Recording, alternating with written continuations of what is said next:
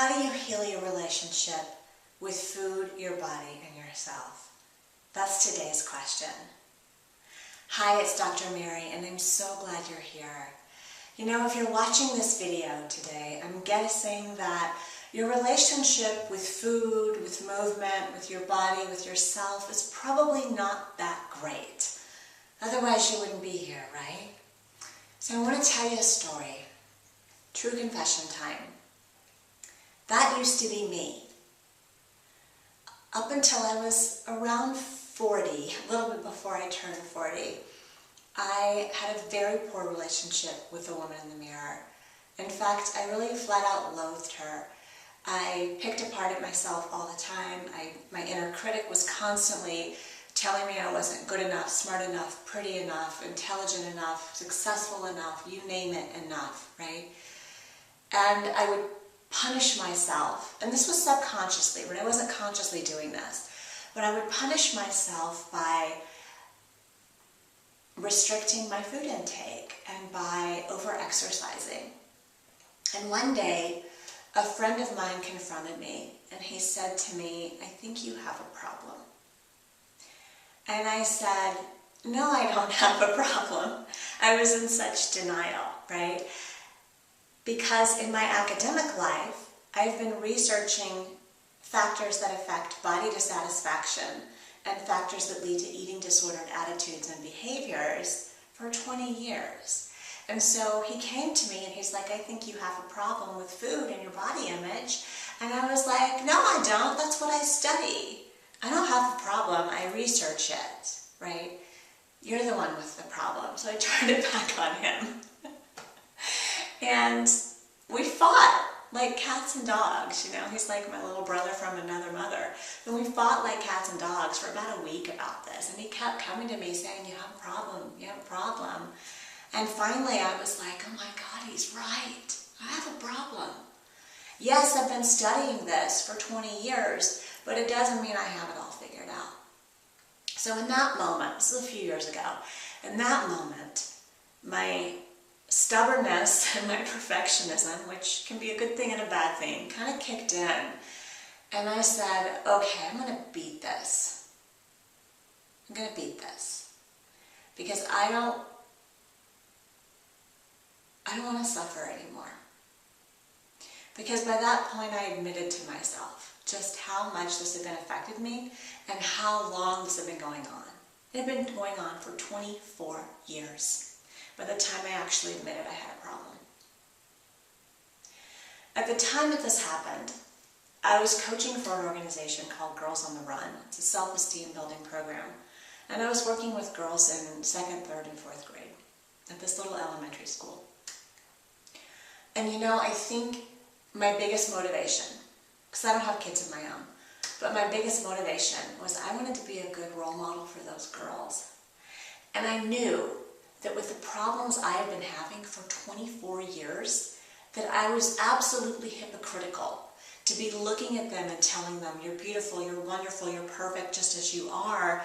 Don't buy into the media nonsense. Don't buy into what society tells you."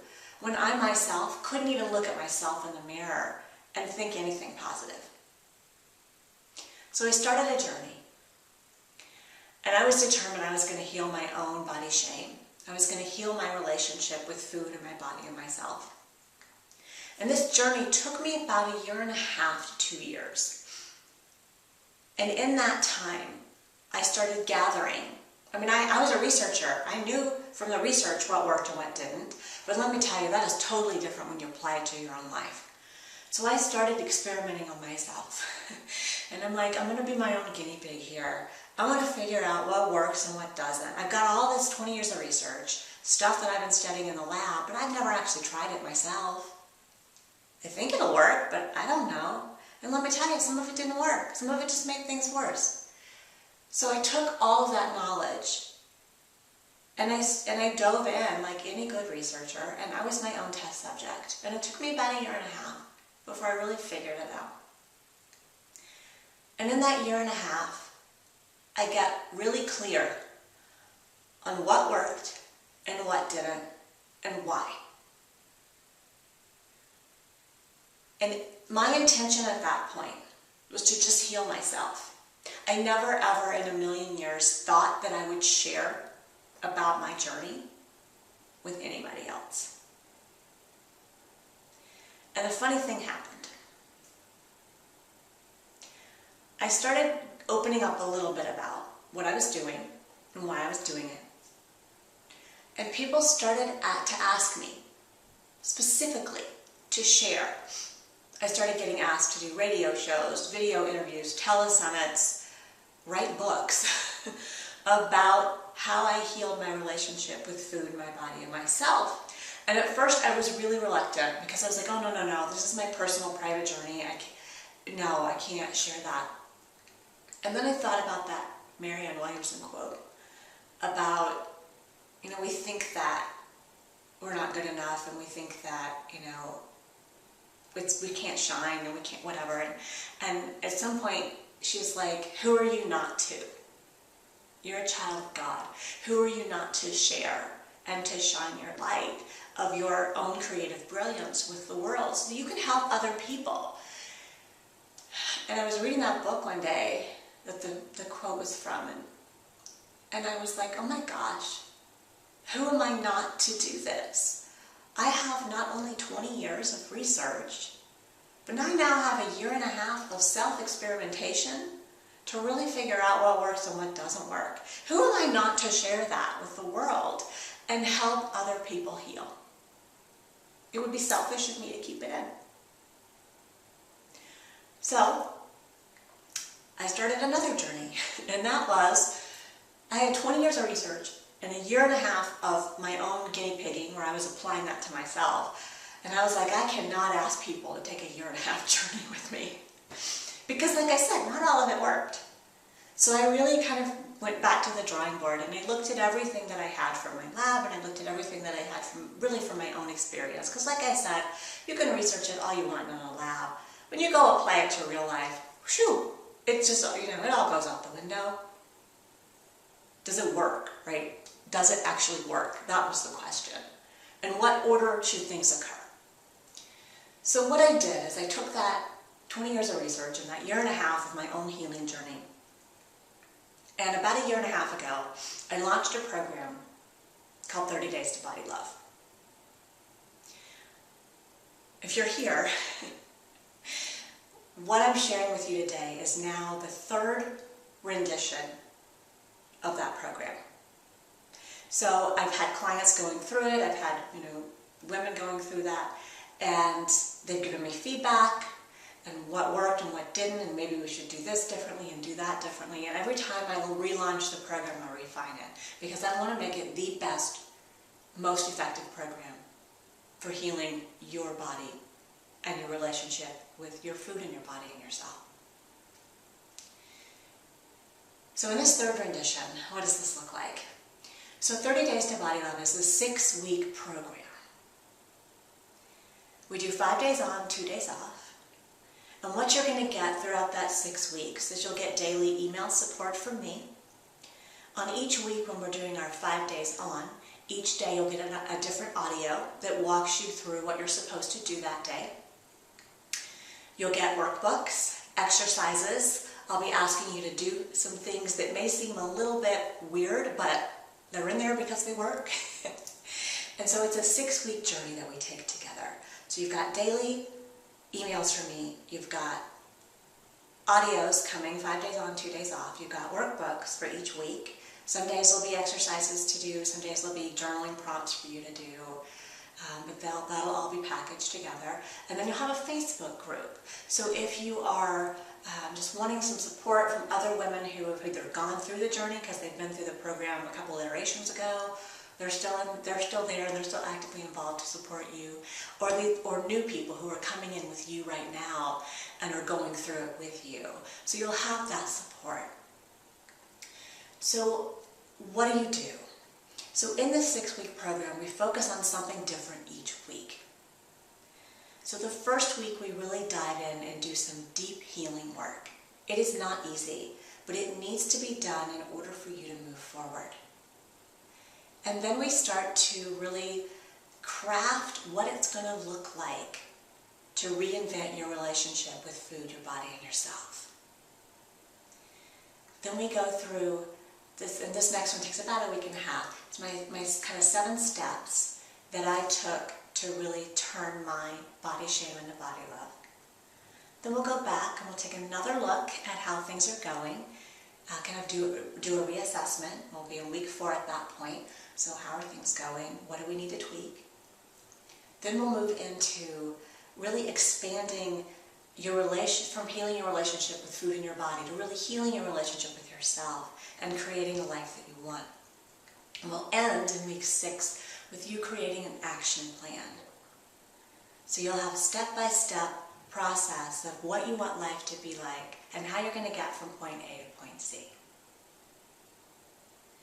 So the program is currently 6 weeks because in the iterations, that's what my clients who have gone through the program have found worked best for them. If you want to go faster, you can. If you want to go slower, you can.